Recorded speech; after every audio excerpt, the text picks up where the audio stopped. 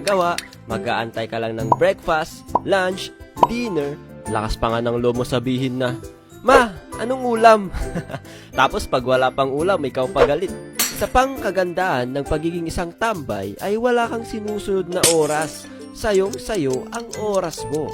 Kahit anong oras ka magising, okay lang. Kahit tanghali ka pa magising, okay lang. Kahit anong oras ka din matulog, okay lang. Hawak mo oras mo di ba?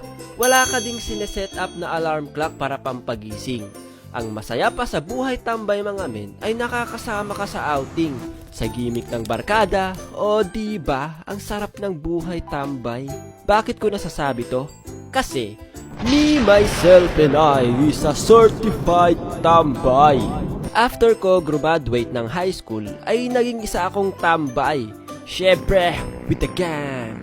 Dahil umuwi yung parents ni Mac sa probinsya, ay naging tambayan namin yung bahay nila. Sorry auntie, sorry uncle, sana mapatawad nyo kami. Isa sa mga masasayang laro namin nung mga tambay kami ay walang iba kundi ang baraha. Alam nyo ba yon? Yung playing cards na nilalaro at nakikita nyo sa mga sugarol nyong auntie at uncle. De, joke lang. Ang nilalaro namin sa baraha ay yung larong Pusoy Dos. Marami kasi way paano laruin yung baraha. May Pusoy Dos, Tong Its, Lucky Nine, at marami pang iba. Pero yung Pusoy Dos talaga ang kinadikan namin laruin. Kung sino ang matatalo ay may sapak sa mukha.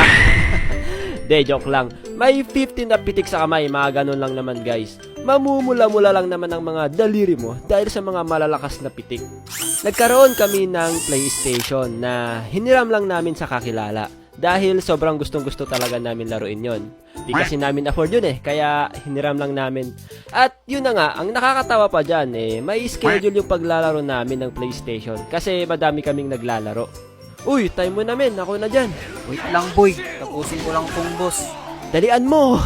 Nanggigigil na ako gawin yung pre-practice kong combo! Men, gisingin mo ako pag ako na ha. Okay, men. A few hours later. Men, ikaw na. Maglalaro ka ba? Di na muna men, inaantok na ako. Mahina. Alright, sa akin na oras mo, men.